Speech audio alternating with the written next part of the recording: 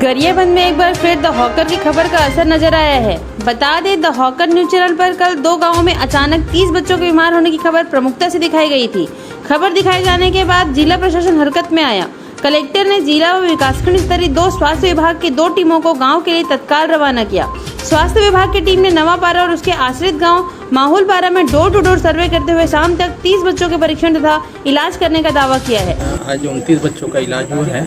उसमें बहुत सारे बच्चे थे, उसमें शरीर में दाने थे, किसी के मुंह में भी दाने थे। तो कई लोग बच्चे आए थे, उसका दाना ठीक हो चुका था।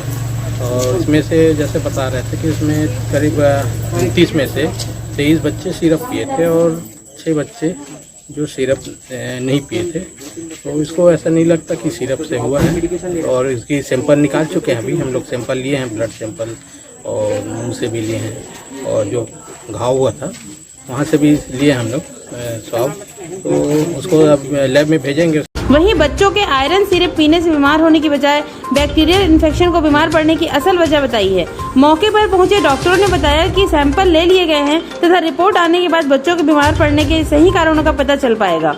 एक्चुअली ये कहना अभी प्रॉपर सही नहीं होगा कि सिरप के कारण हो रहा है, क्योंकि इंसिडेंट्स दोनों एक साथ हो रहे हैं। इसलिए ऐसा अपीयर हो रहा है कि सिरप लोग समझ कोरिलेट कर रहे हैं कि सिरप पीने के कारण ही इन्फेक्शन हो रहा है। बच्चों में ऐसे काफ़ी सारे वायरल और बैक्टीरियल इन्फेक्शन हैं जो कि ऐसे रैश के रूप में प्रेजेंट करते हैं।